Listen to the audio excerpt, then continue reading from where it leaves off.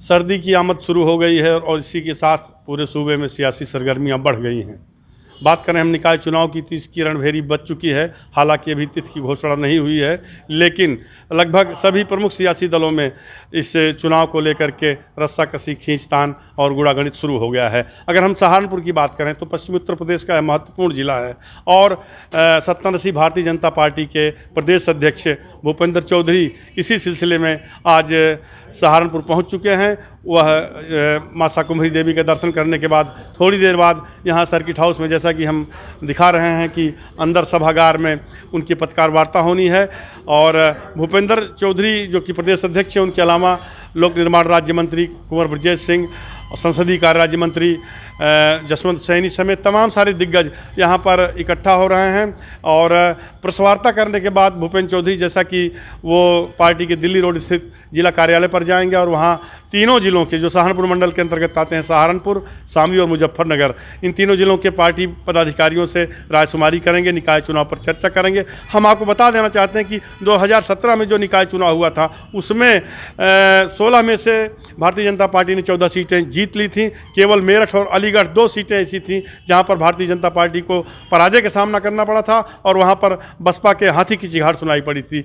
लेकिन इस बार कुल 17 नगर निगम की सीटें हैं, जिसमें शाहजहांपुर सीट जो है वो अब नगर निगम घोषित हो चुकी है। इसलिए 17 सीटों के अलावा जो नगर पालिकाएँ और नगर पंचायतें हैं, भारतीय जनता पार्टी की उस पर निगाह है। बूथ स्तर तक कार्यकर्ताओं को मजबूती के साथ अपना किला पाया मजबूत करने के लिए पहले ही निर्देशित किया जा चुका है। तो जाहिर सी बात है कि भूपेंद्र चौधरी चूँकि वो संगठन के बहुत लंबे समय से उनके पास इसका तजुर्बा है, काम करने का अनुभव है। योगी की पिछली सरकार में जिला पंचायत राज्य मंत्री थे और वर्तमान में प्रदेश अध्यक्ष हैं। तो वो और जो भी संगठन के भारतीय जनता पार्टी के आनुषंगिक संगठन हैं, उनसे जुड़े कार्यकर्ताओं पदाधिकारियों से उनकी रायशुमारी होगी, जानकारियां लेंगे और किस तरह से किला फतह किया जाएगा इसकी रणनीति तैयार होगी। सर्किट हाउस में हमारे पास इस समय पश्चिमी उत्तर प्रदेश के मीडिया सह संयोजक गौरव गर्ग जी हैं। हम उनसे बात करते हैं। गौरव जी, जनवाणी से बातचीत के लिए आपको धन्यवाद। आपका बहुत बहुत धन्यवाद। प्रदेश अध्यक्ष जैसा कि धर्मपाल जी कल रात यहाँ पहुँच चुके हैं सर्किट हाउस में, अभी वो मां शाकुंभरी देवी के दर्शन करने गए हैं। तो ये जो आज प्रेस वार्ता होगी और इसके बाद जो जिला कार्यालय पर मीटिंग रखी गई है, इसका मकसद क्या है? प्रदेश अध्यक्ष बनने के बाद आदरणीय भूपेंद्र चौधरी जी पहली बार जनपद सहारनपुर में आए हैं। सबसे पहले मां शाकुंभरी देवी के दर्शन करके उनका आशीर्वाद प्राप्त करके आज वो यहाँ अभी प्रेस वार्ता करेंगे, आप सब लोगों से मुखातिब होंगे। उसके बाद हम सभी कार्यकर्ताओं को उनका मार्गदर्शन मिलेगा कि किस प्रकार संगठन को और नई ऊंचाइयों पर ले जाना है।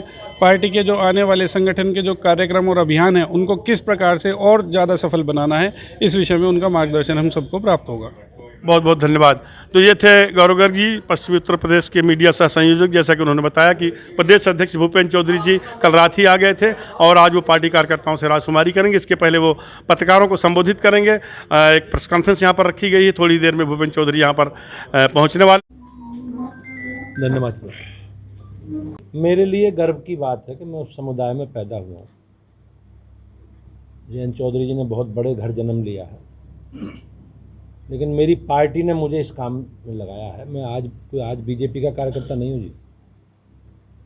मैं सन 96 में जिले का अध्यक्ष बन गया था भाजपा का। सन 95 में जिले का महामंत्री बन गया। जिला ऐसा नहीं था जी, मुरादाबाद बड़ा जिला था उस समय, 4 जिले हो गए। और लगातार मेरी पार्टी मुझे काम दे रही है। एक होमगार्ड डीआईजी बन सकता है, आईजी बन सकता है, डीजी भी बन सकता है। ये बीजेपी में ही संभव है और आप मुझे देख सकते हो। मैनपुरी में आप बाहरी प्रत्याशी लाएंगे कि वहीं से होगा? लोकल होगा, स्थानीय होगा, निश्चित रूप से। बाहरी कोई नहीं होगा जी। पार्टी इतना बड़ा राज्य है, आप कैसे अंदर बाहरी की तुलना कर रहे हो? सब लोकल होगा। उत्तर प्रदेश से होगा, बाहर से कोई नहीं होगा। पार्टी का कार्यकर्ता होगा, बीजेपी से जुड़ा होगा, बीडीपी के विचार से, विचारधारा के प्रति दृढ़ होगा। अपर्णा यादव को लड़ाएंगे क्या? नहीं, अपर्णा मुझसे मिलने आई थी, वो पार्टी के कार्यकर्ता के नाते मेरे पास आई थी वो। और निश्चित रूप से पार्टी सब कार्यकर्ताओं को सम्मानजनक तरीके से सब काम देंगे। हम सबका उपयोग करेंगे। भारतीय जनता पार्टी के विस्तार के लिए, अपनी विचारधारा को घर घर तक पहुंचाने के लिए सब कार्यकर्ता संकल्प के साथ आगे बढ़ रहे हैं। अपर्णा भी उसमें शामिल।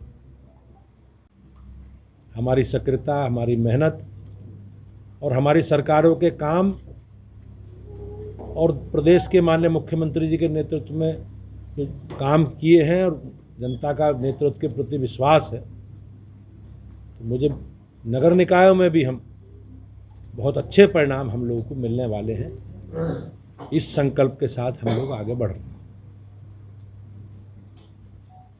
5 सीटों के चुनाव विधान परिषद के होने हैं।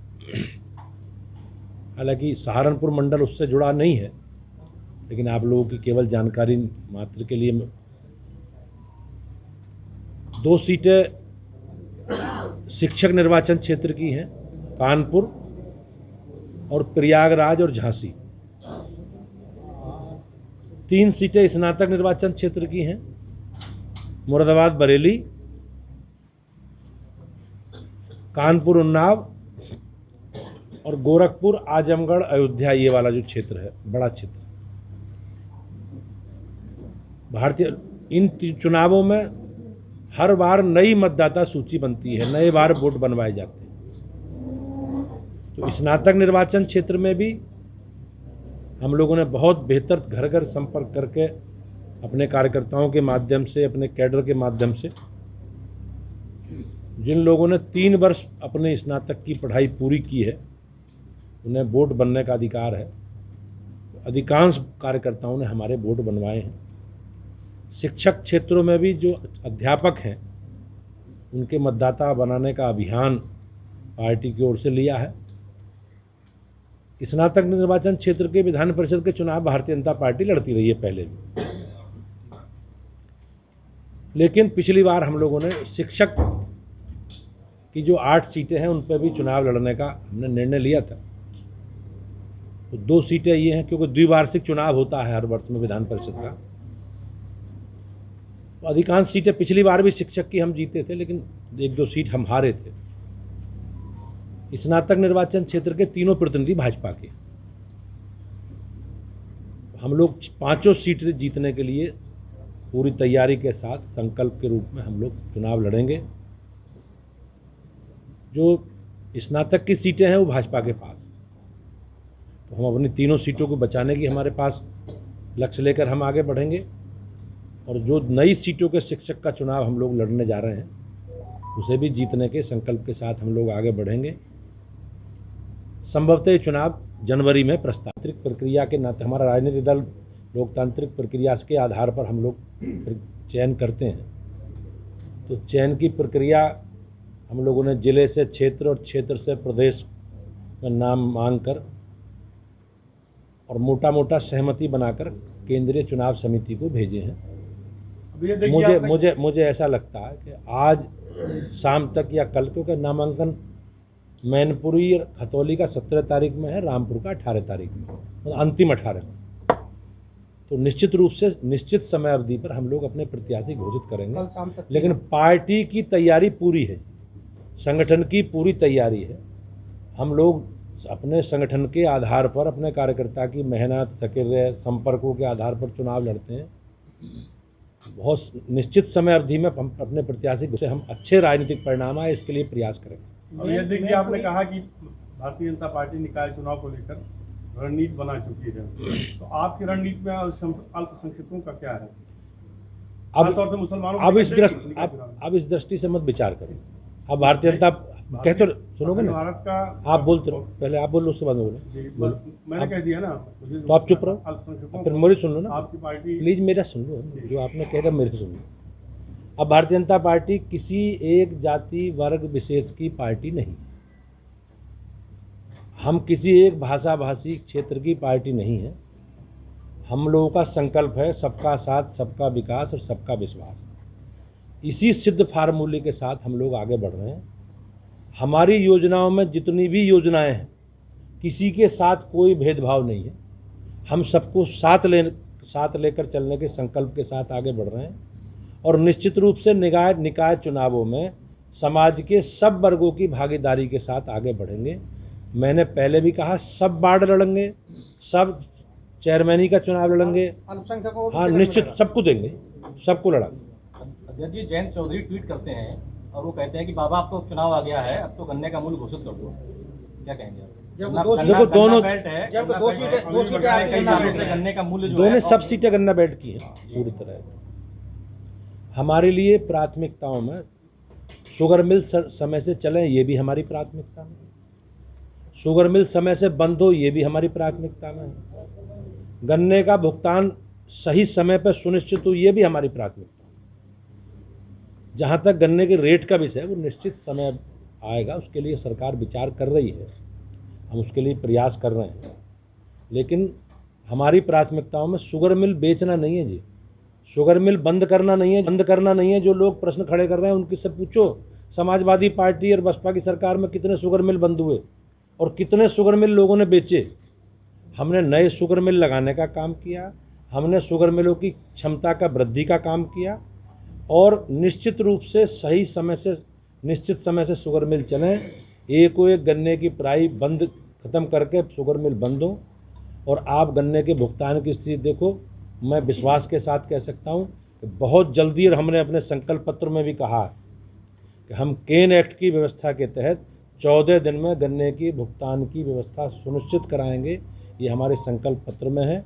आप अधिकांश शुगर मिल ऐसे हैं जिन्होंने 100% भुगतान किया। ये काफी कई करोड़ों का कुछ बकाया भी है। कुछ शुगर सहारनपुर में हेल्थ की बड़ी प्रॉब्लम है, सर्दियां अब आने लगी और हार्ट अटैक के मामले बढ़ेंगे। पिछले दिनों यहाँ सीएमओ को अटैक आया था तो उनको प्राइवेट अस्पताल में भर्ती कराना पड़ा था। हार्ट की कोई सुविधा नहीं है, ना तो मेडिकल कॉलेज में ना जिला अस्पताल। इसे मैं चेक कराता हूं। खासकर बेरोजगार 100% आप हमारा संकल्प पत्र, घोषणा पत्र, कोर एजेंडे से जुड़े विषय निकाल लो, हमने सारे पूरे किए हैं और अभी सरकार का 4.5 साल का समय राज्य का बाकी है। हम सब पूरे करेंगे, हम संकल्पित हैं जी। बिजली, पानी, सड़क, शिक्षा, स्वास्थ्य, सुरक्षा, ये हमारे सब एजेंडे में है।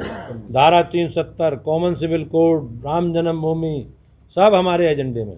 अब हम सब पूरा कर रहे हैं। बहुत बहुत धन्यवाद। आपने कहा कि लाल टोपी और हरी टोपी विकास में बाधक है।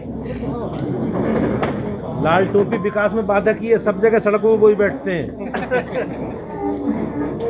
कैमरा पर्सन मुकेश गिरी के साथ जनवाणी न्यूज़ के लिए मैं अवनींद्र कमल, सहारनपुर।